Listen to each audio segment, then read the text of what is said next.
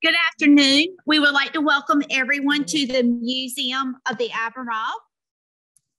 We are delighted to have Mr. Marvin Jones here with us today. And if you are joining us from home, I'm going to ask that you please mute. So we are currently going to record the presentation today. So if someone is not able to join us, they will be able to view later on our YouTube account for the Museum of the Albemarle.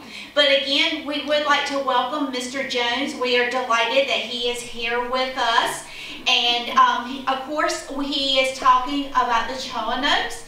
And they are highlighted in our newest exhibit, Guardians of the Land, because they are one of the tribes that were located right here in northeastern North Carolina. And we're doing our best to share their story and all that they have experienced through the years. So I am getting ready to turn this over to Mr. Jones. I'm going to give him a minute to speak, and then we'll go into his PowerPoint. But thank you for joining us today.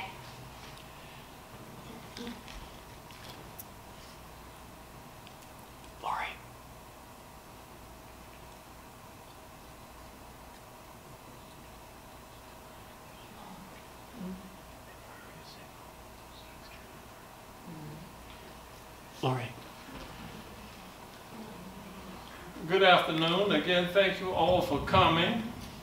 The first thing I'd like to do is say hi to my sister Laverne, who is listening from New York, and I'm waving at her.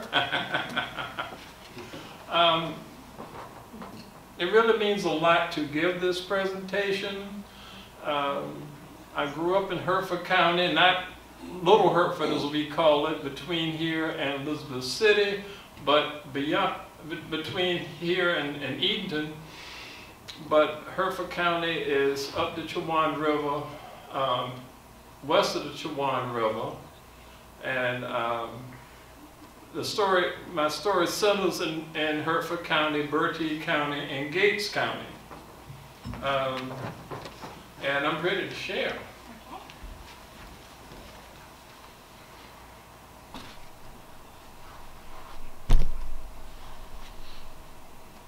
Are we ready to go to the top? Great.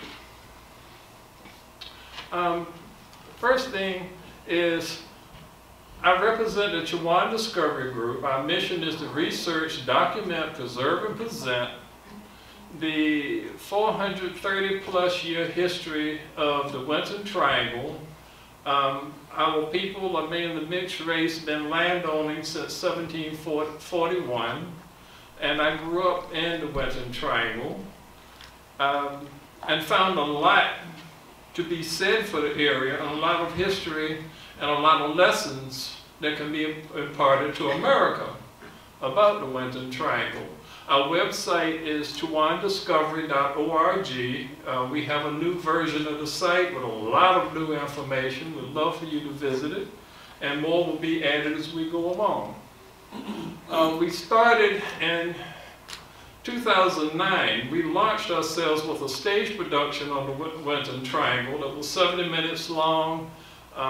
It was really a slide presentation like this, except we interspersed it with skits and two choirs and the what was then known as the Chowanoke Nation dancers and drummers. And we had 38 people to participate in this production. We do our research from archives, family collections, books, internet, cemeteries, farms, site visits, and fee-based sources like Ancestry.com. Not long after that, we were granted our first North Carolina Highway historical marker for the Chowanoke people, or Chowanoke, and it's in Hertford County. Again, this is our first marker, and you'll see members of, let's adjust that. And you will see members of my family around the marker. We now have 10 highway markers, well, historical markers, and these are some of the markers, with more to show in the next slide. Our latest North Carolina State Highway historical marker is just a couple of blocks from here in Elizabeth City, Wiles Raid, and that was when 2,000 soldiers of color fighting for the United States forces marched from Norfolk to Elizabeth City and liberated 2,500 enslaved people from the Elizabeth City area. And 26 men, at least 26 men of the 2,000 were from my county. But our latest marker that's been installed is a North Carolina Civil Rights Trails marker for Newahoskie Baptist Church. My father took my sister and I to civil rights rallies at Newahoskie, and the marker's in front of Newahoskie, and I'm with my classmate Charlie Morris, who worked with me on that. We also have new information on Winton, on a Civil War Trails marker in Winton concerning the burning of Winton in 1862. And the new information is about one of our soldiers of color, Martin Van Buren Reynolds, who happens to be buried on our farm. We also do writings from our research, and our writings can lead to other things. This is an article I wrote about Robert Lee Vann, who was the publisher of the Pittsburgh Courier, which in 1935 had a circulation of 250,000 and was the largest of the African American newspapers at that time. By the way, here you will see Robert Lee Vann with Billboard Jingles Robinson and Shirley Temple and Hollywood. That was how powerful Vann was, among other things. And this is the marker for Robert Lee Vann. It's in a hoskie. We also placed the Pleasant Plains School, which existed, I believe, before the Civil War, on the National Register of Historic Places. It's a Rosenwald school. And we also provide support for researchers, authors, and journalists. We have Kip Tab here, who introduced himself earlier. And these are some of the books that we provided support for. We give tours to history professionals and journalists. And I listed them here: Duke University, North Carolina A&T, North Carolina Central University, graduate students, Fayetteville State University, Brevard College, North Carolina Office of Historic Preservation, East Carolina University, and the Roanoke Chowan Heritage Center. And we've won awards as well. And again, I want to stress that you ask that you visit our website, our new version, at chowandiscovery.org. We have information about our lectures. We have our writings that you can download, broadcast links, interviews I've given, more information about the historical markers, news. We always have news, events, and also our future plans with Chowan Discovery. Now, I'd like to tell you a story about a long period of time here in the Albemarle, and that is my family from before the Lost Colony up to now. My real contact with this story was from my mother around early 1980s told me that we were descended from John Robbins, an Indian leader. And I was young, that was all I asked, and that was all she told me. But I built up from that. I started doing research after she passed. I found out online that there was a John Robbins who was a Chowanoke leader. And I wrote a story about it on a previous website called RoanokeChowan.com, which no longer exists. And I was able to flesh out this family story. This lecture is built on that writing. And of course, even then, 17 years ago, I was able to provide a lot of images about this story. I'll read the first line. On this slide, archaeological evidence shows that the Chowanoke Indians lived around the mouth of the Wiccaconn River, which feeds into the Chowan, as far back as 700 AD. And that was East Carolina archaeologists. And this is a map of Hertford County. You can see in the corner in red, and the inset in red where Hertford County is located. And you have the Chowan River, you have the site of the capital of Chowanoke. The Chowanoke's control almost all of the Chowan. The Albemarle control the other side in Chowan County, and of course points east towards Elizabeth City. And I grew up right about here. In fact, woke up from here about there this morning to get here. By the way, I want to acknowledge my wife, Carol Joyce, who is wearing a white jacket. You'll see her taking photographs. She's in the back. She's helped me out quite a bit. Hi, Carol. Many of you are probably familiar with the 1585 map that John White, the explorer John White, created of the Albemarle area, the Outer Banks area. And the English first came to our area in 1584. And they came to Roanoke Island, which is hard for me to see at this angle, but Roanoke Island right there. And then the following year, instead of a visit, they came pretty much to stay in 1585. And so in 1586, explorers from Roanoke Island came up at Albemarle. They learned about the Chowanoke people in 1584, and they came up the Chowan River to the capital of Chowanoke. By the way, we'll talk about this patch later. And some of you know about the patch. The author, Michael Leroy Oberg, wrote this wonderful book, The Head in Edward Nugent's Hand, and he wrote from the perspective of the Algonquian Indian people of eastern North Carolina. All the other books are not written from their perspective. And so this book is very important to me and should be important to all. And he writes, the Chowanoke Minathanan was the greatest leader encountered by the Roanoke expeditions in 1584-1586. Chowanoke was estimated to have having 19 towns and 700 fighting men. Oberg thinks the Minathanan could have had twice as many towns along the Chowan River, and maybe even further inland. Again, you have Gates County here, you have the Chowan, you have the location of Chowanoke, and you have villages along the way. And Winton, North Carolina, our county seat is right about here. And here are Chowan River landings in Bertie County. And I kind of feel anywhere you could drive to the Chowan River in Bertie and Hertford County was probably where there was a Chowanoke settlement. And many of them, and they're listed here. You can reach them all along North Carolina 45.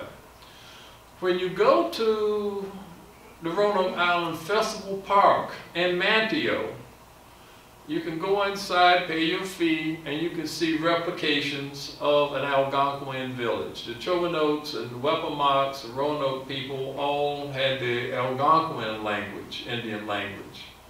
And so you can see examples of what a village was like down the road from here. So the explorer Ralph Lane in 1585 and 1586 explored the Chowan in the spring. He seized the Chowanoke leader Minathanan, interrogated him for 3 days, and departed with Minathanan's son as a hostage. The son may have been the remains of an Indian found the following year at the abandoned Roanoke Island colony when the lost colony arrived. Other hostile acts by Lane resulted in the failure of the lost colony. I don't think you hear that often, and so I'll go into this a bit. One of our markers is for the town of Aquascagok in Belhaven. That was the first town that Ralph Lane and company destroyed over the loss of a cup. The crops were burned, it was during growing season, and so that meant that the people of Aquascagok had no corn, no crops for that winter. It was too late to replant.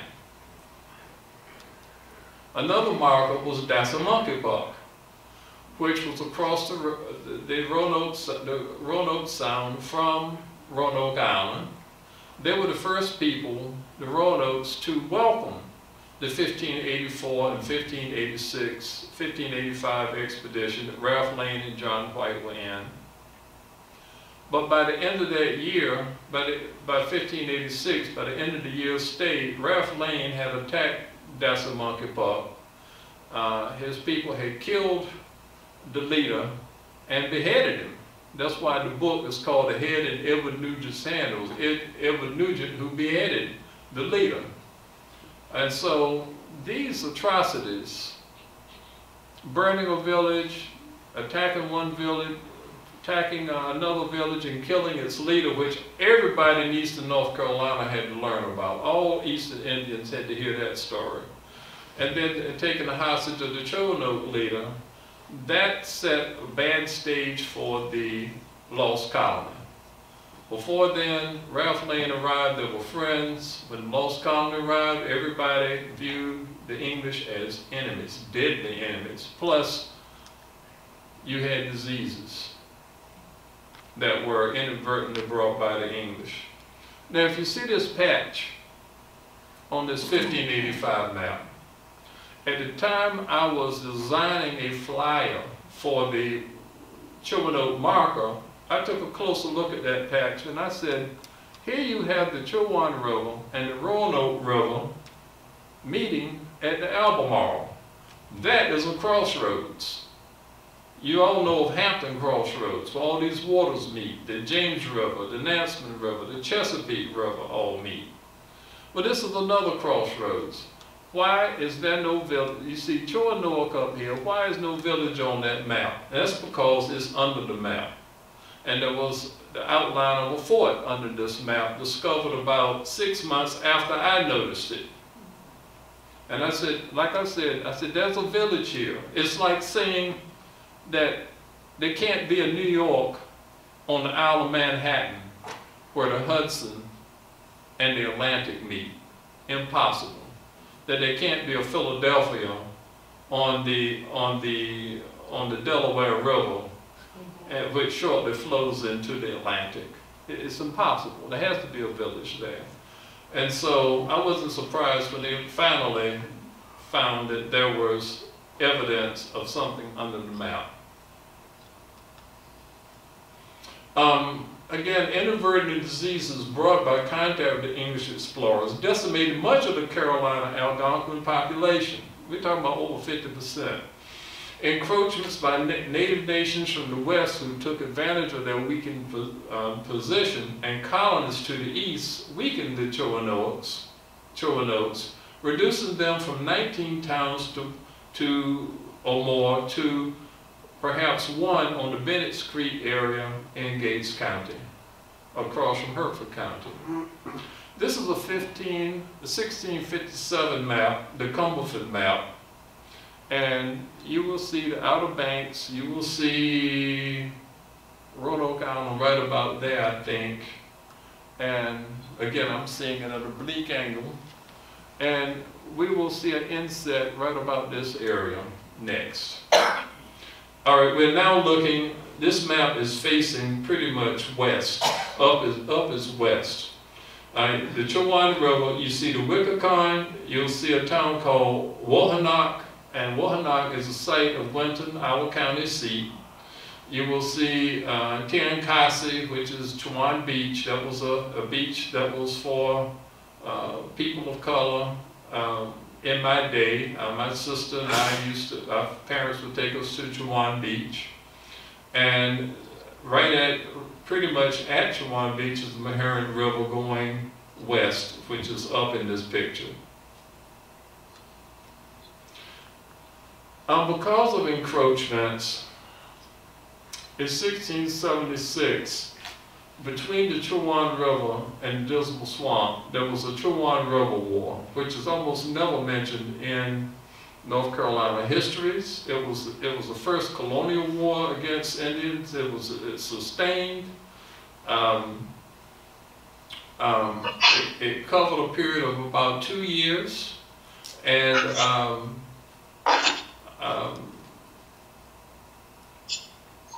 Again, it's a history that was covered up, just long ignored. But a friend of mine, Lawrence Adams, wrote a paper for the North Carolina Historical Review a few years ago about the Chowan Rebel War. If you drive down North Carolina 32, which runs from Suffolk to Edenton, that's pretty much the warfare area. Another reason for encroachment for the war was also enslavement.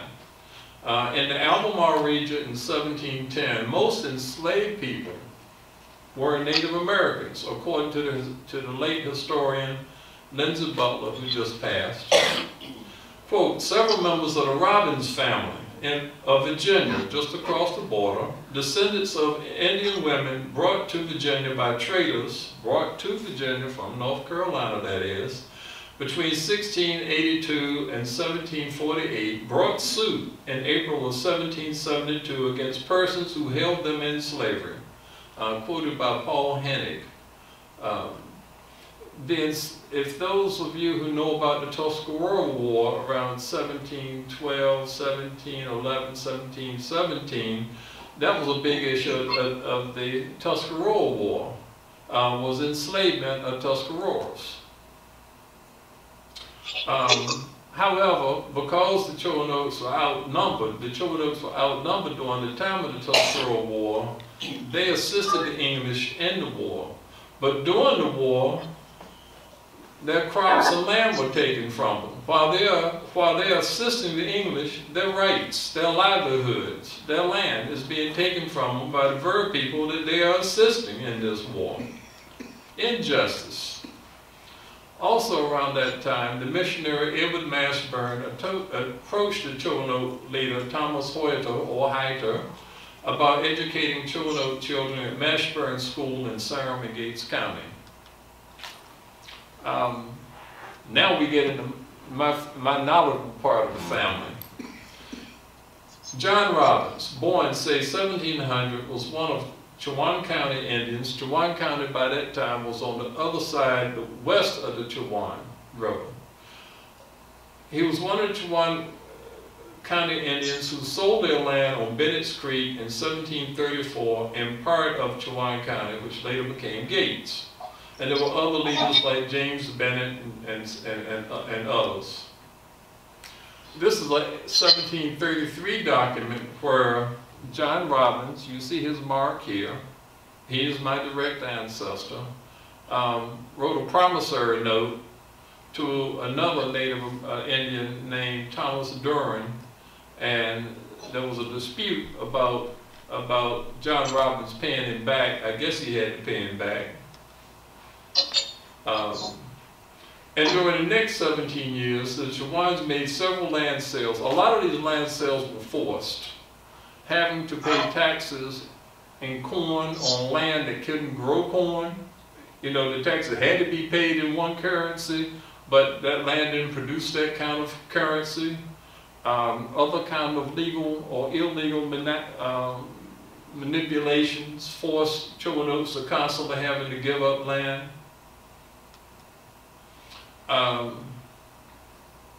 This report is 8 years later. At a certain point, the Chowanokes numbered less than 20 families. The decline continued. A government report in 1755 listed only 5 Chowanoke tribesmen. You're muted. We can't hear you. I don't know why it is muted. Oh, okay, I'll unmute. At what point did it mute? Just try it here in a second. I'm pressing. Okay, I'm back on. Funny, I didn't touch the computer. Bad computer. Bad computer. But we don't know if these reports are absolutely truthful. We have to use them, but we also have to kind of wonder about them. The survivors probably joined the Tuscarora. So that means only 5 left, and they joined the Tuscarora in Bertie County. That's not true at all. We know that's not true. And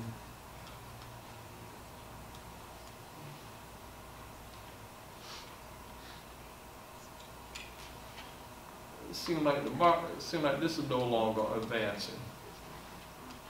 Okay, we'll have to do it manually. Actually, this computer has stalled. Andrew, I'm using the up, down, left, right cursors, and we're not advancing. It's not my remote, it's the computer belonging to the Museum of the Albemarle. I brought my own. I should have used my own. Okay, let's see how we're going. Did I explain that? Did they get out visually? Well, you heard what I had to say. You heard it. Okay, maybe the audience online didn't hear it. By 1792, the Moravian missionary August Gottlieb Spanberger wrote that the tribe of Chowans is reduced to a few families, their conditions deplorable, for the land has been taken away from them. So, that's the truth. As a collective community would soon disappear from the historical record. Hey, I'm here. A lost tribe and not denied descendants blended with others on the margins of colonial society. Not true at all. In 1758, James Bennett and John Robbins, again my ancestor, sold some more land, and is mentioned here. And then you had Forrest Hazel, who wrote intently about the dispersal of the Chowan Indian tribe in eastern North Carolina. So you had Chowanokes who were moved as far east as Currituck County. We have guests here from Currituck County. Of course, in Hertford County and in Bertie County, but still you had a core that stayed in Gates.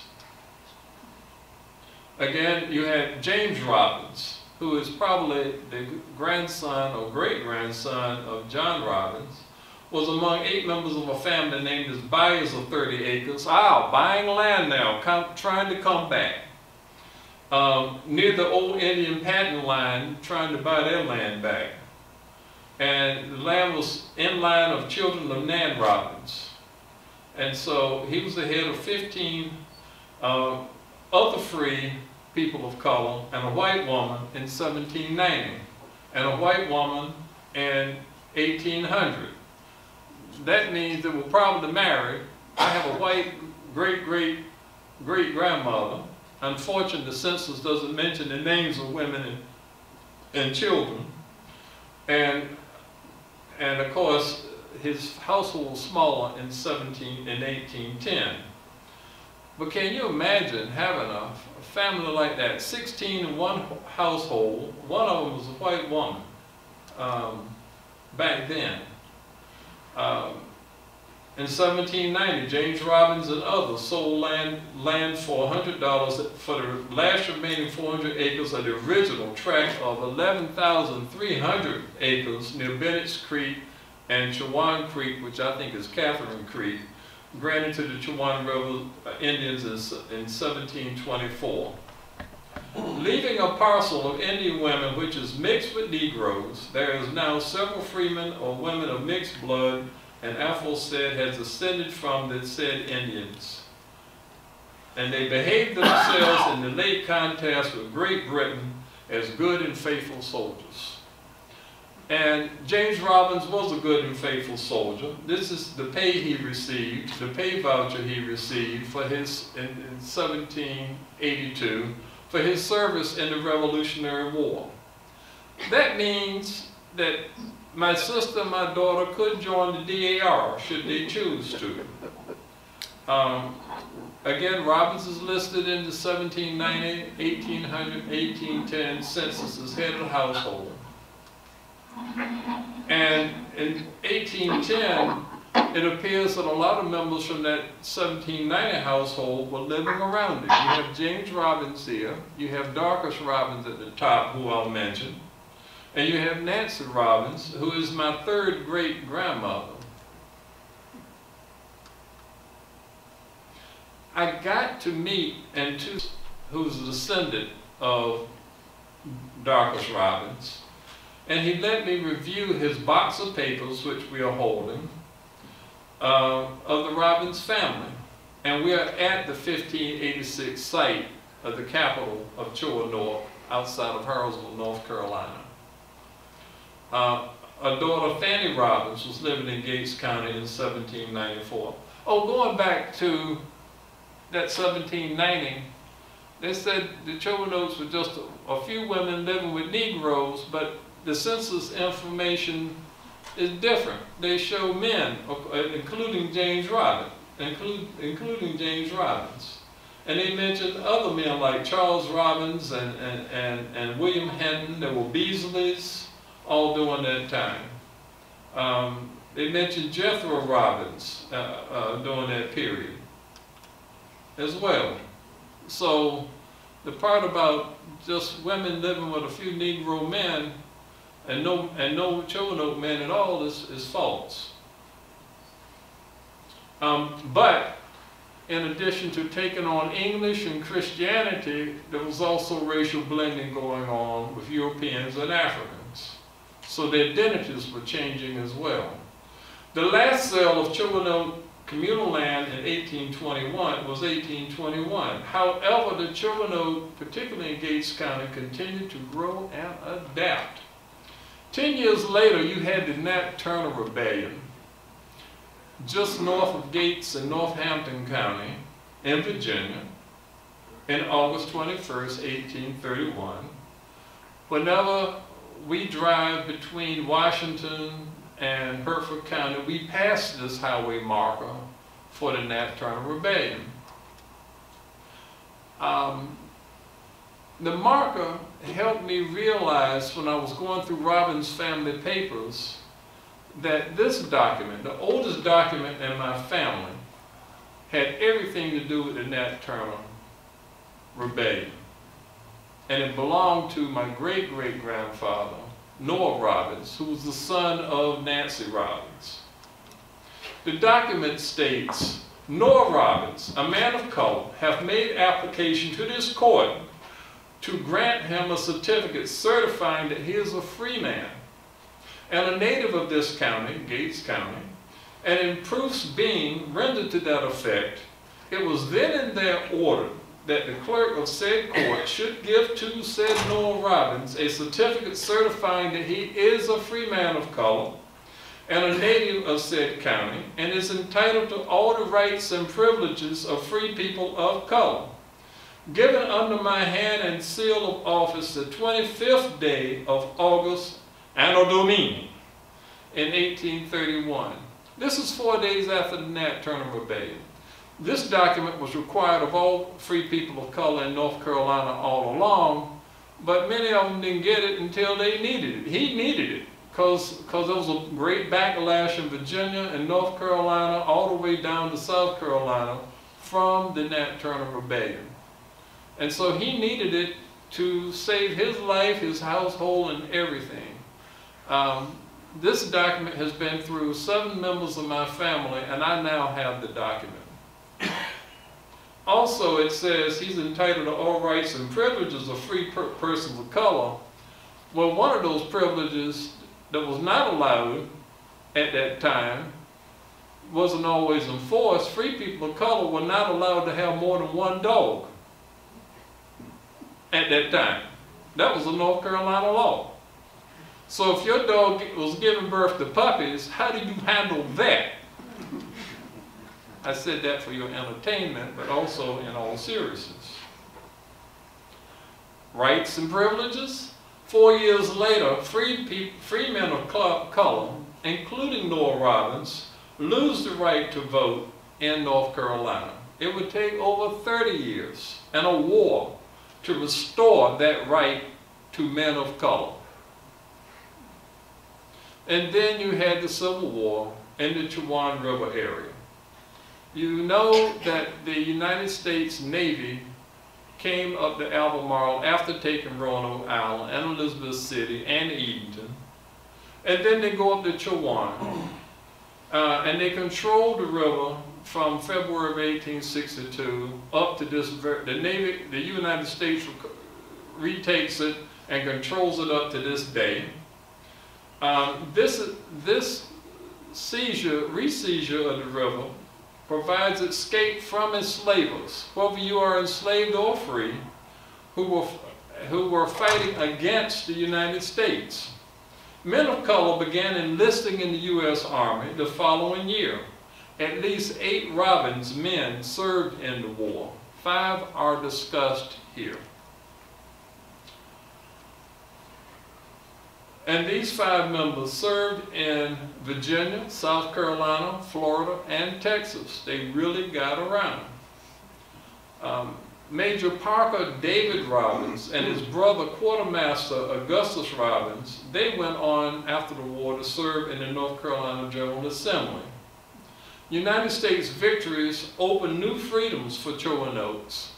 Voting, schools, businesses, churches, self-help organizations, and more land ownership. This is a portrait of Sergeant Major Parker David Robbins of the 2nd Cavalry, United States Colored Troops. We will talk about Parker later, but his cousin John Robbins was in the same regiment. He fought from Suffolk to Richmond until the end of the war. In Suffolk, the side of his head was slashed by a saber in hand-to-hand fighting when he fell off his horse in the regiment's first battle west of Suffolk. Several months passed before he received medical treatment. Along with his cousins, Parker and Augustus, he was then taken to Brazos, Santiago, Texas, at the end of Juneteenth in support of Mexican anti-monarchists. He eventually lost sight in that eye. In his pension folder, I found the letter he wrote to the commissioner. Quote, I will mention the date of skirmish, the 9th day of April, 1864. It was the total loss of my right eye through a saber wound inflicted by the enemy in this skirmish in Suffolk, Virginia. No army surgeon or assistant was present for 3 months after the fight. I healed the wounded flesh myself in 3 or 4 weeks. The broken bone was very painful and not healed for a great length of time. My right eye has almost failed. It has been 10 years since I failed to hold office or have a job on account of my failure of eyesight. And there's a signature. Another amazing document in his folder was from an officer who became the first Attorney General of South Dakota, Robert Dollard. And Dollard even writes about this in his autobiography. But in the pension folder is this letter from Dollard. Quote, John H. Robbins was wounded. He remembers distinctly the remarkable escape from death of said Robbins in the struggle where he was wounded. That he was struck on the head by his assailant in a hand-to-hand conflict in which we were all engaged with a saber. And it was at that time regarded as miraculous that he was not instantly killed thereby. Dollar goes on to write, I am glad to support your claim for a pension with my affidavit of the facts connected with the remarkable struggle of your personal encounter at Suffolk. It is proper that I should give this day to pay some slight tribute to a member of a company that 26 years ago today, this is 2 months later, at Jones Bridge outside of Richmond, on the Chickahominy River, did itself in the race to which its rank and file all belong to credit that ought to be imperishable in history, though injustice has denied such a place. Now, unquote. Now I have the honor of repeating what he just said. Imperishable, that ought to be imperishable in history, and here in the Museum of Albemarle, I get a chance to repeat what Robert Dollard wrote. Now we go to Parker David Robbins. He was from the Chowanoke mixed race community in Gates County, North Carolina. He was the nephew and neighbor of Noah Robbins of the Freedom Document. Robbins' regiment fought from Suffolk to Richmond and was there when Richmond fell. He served in Texas at the time of Juneteenth, making him a Juneteenth soldier, as a check against French meddling in Mexico. This is what Richmond looked like in April of 1865. Again, this is what it took to end slavery in America. And this is what he participated in. After the war, Robbins was a state legislator. He was a postmaster, holder of 2 U.S. patents, a sawmill owner, house builder, steamship builder, and steamship owner. There's a North Carolina highway historical marker dedicated to him, and Chowan Discovery is responsible for that. When he went to the legislature, there are 2 remaining letters he wrote to his wife, Elizabeth Collins, when he was in the state North Carolina General Assembly. Quote, "My dear wife, don't fail to send to Winton after me." He would arrive by boat in Winton. "On Wednesday, the 19th of August. With the help of the Lord, I will come to you. Let it rejoice your heart to think that your husband will take supper with you Wednesday night, and I will never leave you again. But where I go, you will go with me. Your affectionate husband, Parker D. Robbins." He also writes a year later something a little less affectionate. It's December 1869.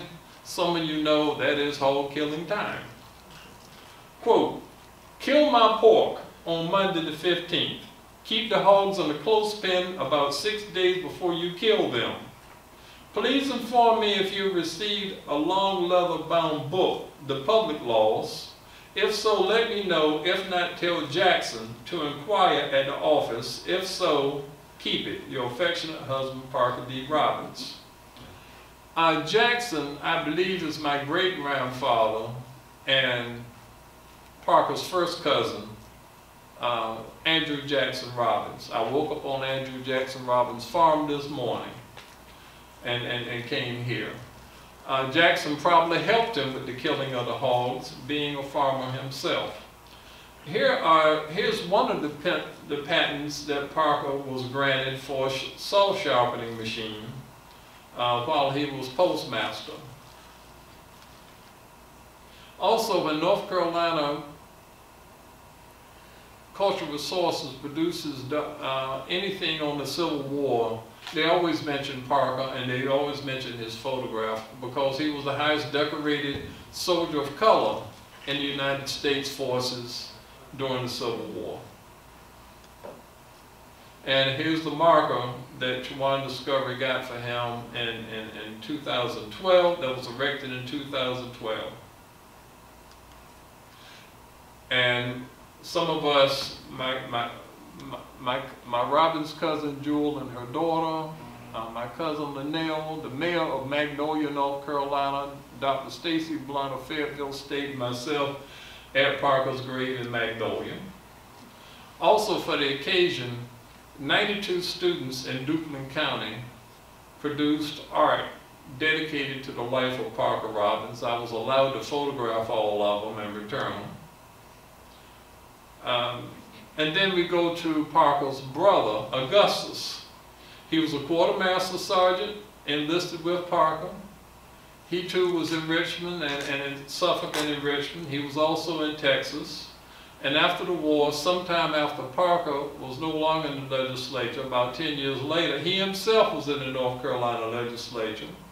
He was a store owner, carpenter, and postmaster like his brother. He founded a church and a high school, which is now part of Bertie County High School. His son became one of the first physicians of color in North Carolina. We go to my great-grandfather, Andrew Jackson Robbins. He was a corporal in the 34th Regiment Infantry, United States Colored. And he was from the Chowanoke mixed race community in Gates County.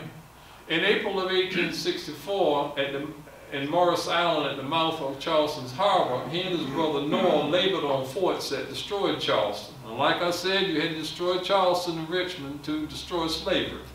That's what it took. Both fought in the Battle of Honey Hill and also Ashepoo River in South Carolina. After the war, he became a prosperous farmer with many children. His youngest 3 children graduated from college. One was a physician, and he named his first son after his cousin, Parker David Robbins, who is my grandfather, the younger. Again, Charleston in 1865, this is what it took to destroy slavery. And this is Andrew Jackson Robbins' promotion paper to corporal towards the end of his service. And you see his signature. A lot of these Robbinses were literate, even though that was against the law in North Carolina, but it wasn't always enforced. When I do a lecture on soldiers from the Winton Triangle, the community I grew up in, I use this flyer and I describe Jack Robbins. He was the father of 15, the husband of 3 wives, widowed twice, farmer, deacon, son-in-law of a sailor, brother-in-law of soldiers, cousins of soldiers, and brother of a soldier. Look at all those connections that he has to United States servicemen during the Civil War. In addition to Augustus Robbins' son, graduated from Shaw University's London School of Medicine, Jack Robbins is, as they called Andrew Jackson Robbins, his son Clayton became a physician after graduating from Howard University in 1930. And I'm wearing Uncle Clayton's watch right at this moment that was given to me immediately after his service. In talking about voting that was gained after the war, Noah Robbins' great-granddaughter, again in 1835, Noah Robbins lost the right to vote in 1835. Around late 60s, his great-granddaughter, my mother, Pearline C. Robbins Jones, was an elections judge in 1972. And this is her certificate appointing her, and this is her pay, one of her pay stubs. And again, it took the war for that to happen.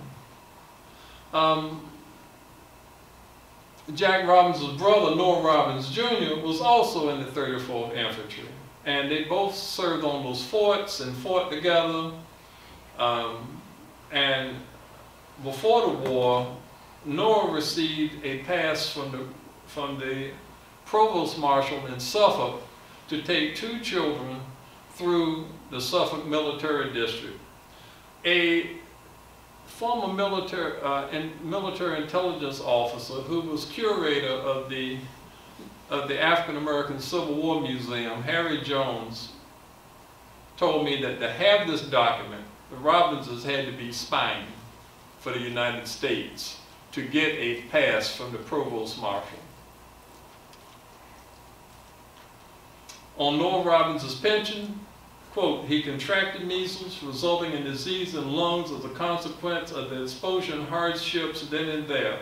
Work on fortification, then in the following manner. The troops had built a battery. His injury came from overstraining himself while at work on fortifications. Jack Robbins had the same problem, problems from the same conditions on Morris Island.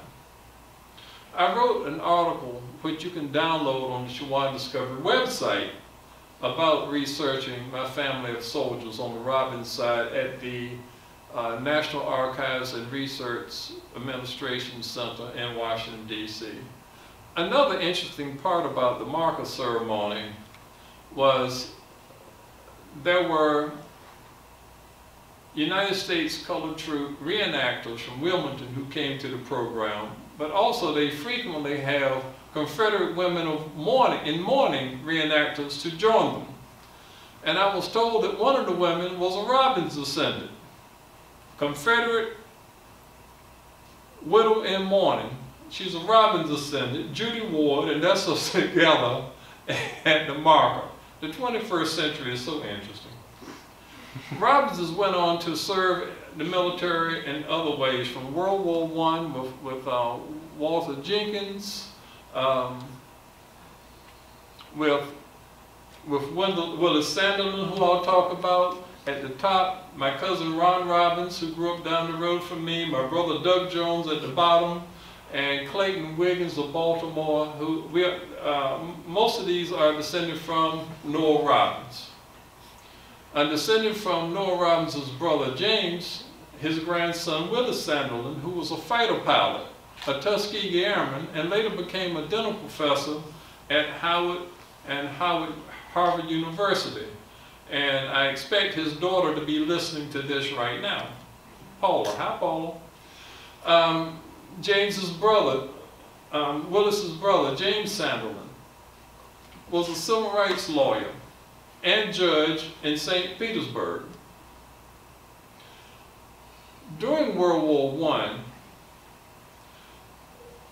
Noah's daughter Susie and James's brother Lily were the first Robbins women to attend college at Elizabeth City here.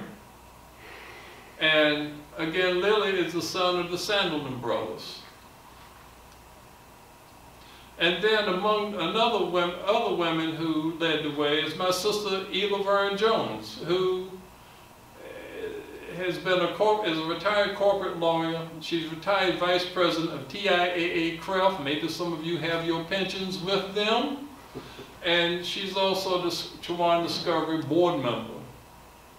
Again, these are members of the Robbins and Bennett family. These are two Bennetts here, two Bennett descendants here, but everybody else are Robbinses at the Chowanoke dedication site. Many of them, the elders, I rode the school bus with. We lived down the road with. We love each other. We went to Sunday school and church, family gatherings. And speaking of family gatherings, in 1972, Jack Robbins' son Charlie hosted a cookout after a funeral. It was August, September of 1972. Being a photographer, I took photographs of it a lot. And during the cookout, a family history was being prepared on a brown paper bag by Uncle Charlie, his niece Ruby Archer Brown, his niece Aline Archer, and his nephew Royal Archer. And I was called on to pitch in as well. Here's the Robbins family tree. It goes all, it starts with Noah. It even mentions the Sanderlins as well. James, his daughter Lily, and Willis and Raymond and on. And also, a lot of the information was provided from that family tree in developing this lecture by Uncle Charlie's daughter, Carolyn, and her husband, Kurt Winston, who loaned me a lot of papers. And also I got to look at the family Bible as well. And of course, that was what was passed down to my mother from her father, Parker David Robbins, the younger. And I also want to give credit to my cousin, Jewel Brown Mitchell, Ruby's daughter, who was the first member of the family to write about the Robbins' role in anything, in this case, the Civil War. And you see Jewel, you see her mother Ruby, and you see Jewel's great-grandfather Jack. I'd like for you to visit, in addition to Chowan Discovery's website, the Chowanoke Nation's website at chowanokenation.com. Now I'd like to ask, and you don't have to answer, what is the history of accomplishment in your family? What is your Chowanoke story, should you have one? You might have one and may not know it. Be sure to include accomplishments such as skills, education, family, and community support, trade, and highlights.